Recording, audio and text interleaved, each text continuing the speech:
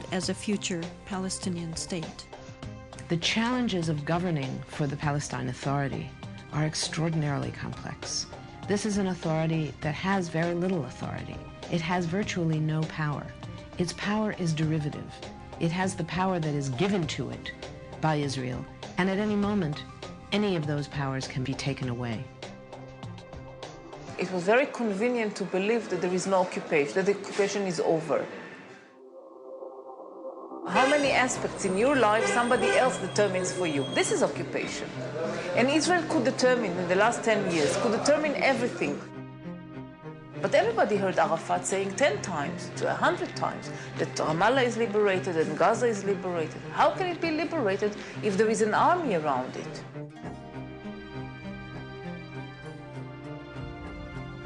The Palestinian officials spoke very warmly about the situation, about the reality, and they were hiding the fact that for the great majority of the population, these years were a disaster. Those abuses, those violations of the public trust have been happening regularly since the Oslo process began. Palestinians who would protest against Oslo were labeled as terrorists. The authority would not allow it, the PA. Instead of having a real national authority, you had this corrupt institution whose main task, as far as Israel is concerned, was to police the Palestinians and prevent them from resisting the continuing occupation. It has wasted a lot of the money the international community has given it.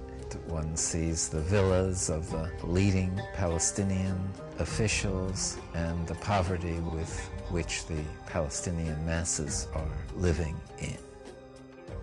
The performance of the PLO in running the Palestinian Authority and its failures in negotiating with Israel have very much diminished support for the PLO leadership.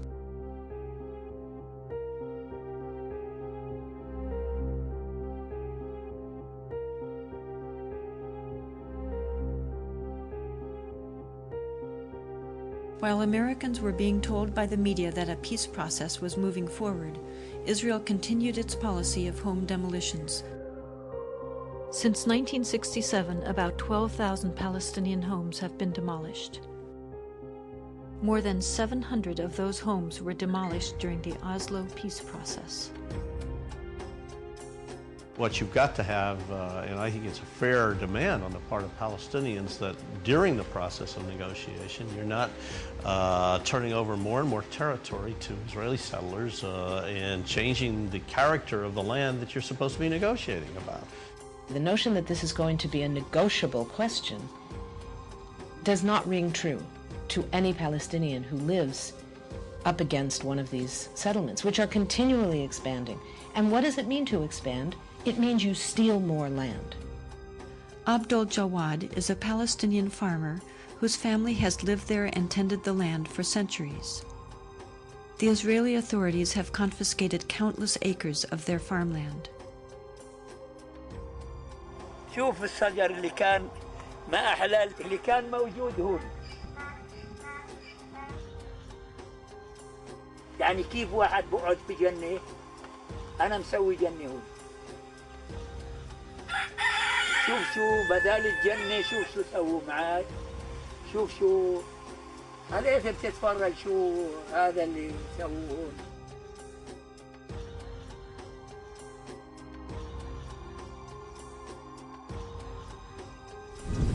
شوف الأشجار كيف بيطلعوا من تحت الأحجار. شايف كيف يطلع الأشجار من تحت الأحجار.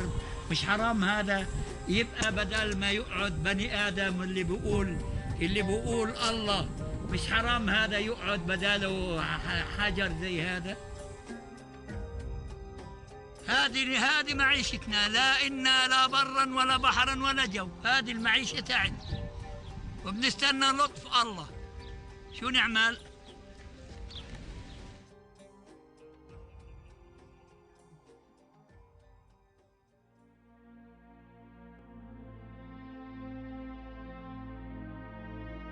These settlers live and prosper at the expense of the Palestinians and the Palestinians' well-being, present well-being and future well-being.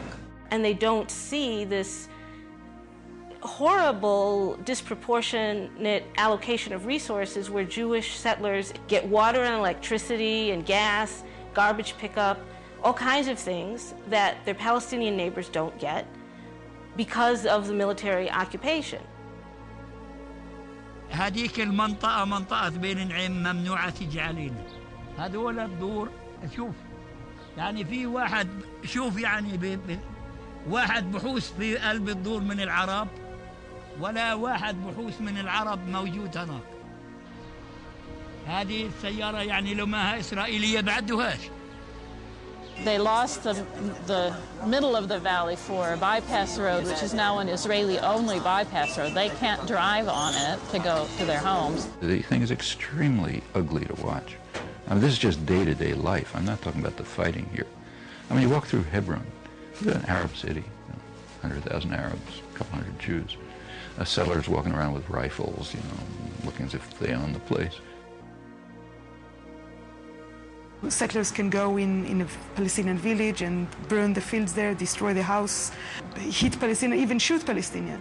Several of the women have been beaten by settlers on different occasions. In each of those cases, we were just being a nonviolent presence on the street, observing when settlers were acting out. And they just attacked different ones of us. والله يا عمي قد ما نحكي لكم جزء من اللي بنشوفه. The Israeli government is not doing anything to try and stop the settlers from violating Palestinian rights.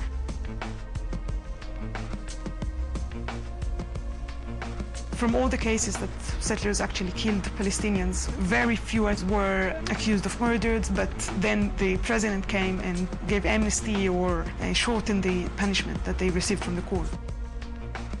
In some cases, they cooperate with them, they guard them. Like one case, the settlers went and took a house, Palestinian house, and just said, well, now it's ours. So the border police stood down there to protect them because the Palestinians were angry, so the border police just stood there and protected the settlers instead of course, arresting them, just saying it's illegal. The bottom line is to make things so difficult for the Palestinians that anybody that wants a future for their children, anybody that wants to get ahead in life, anybody that wants a normal life will leave. يعني أنو اللي عنده جنة زي هذه ويعني بده يرحل وبده يروح ويرحل ويدشرها. وين بدنا نروح احنا وندشر أرضنا اللي زي هذه؟ The Jabir family continues to live under constant harassment. Most recently, Abdul Jawad broke his leg while trying to protect his grandchildren from settler attacks. Many of us feel hostage, that we're held hostage to the settlers. Because I think the vast majority of Israelis don't care about the occupied territory.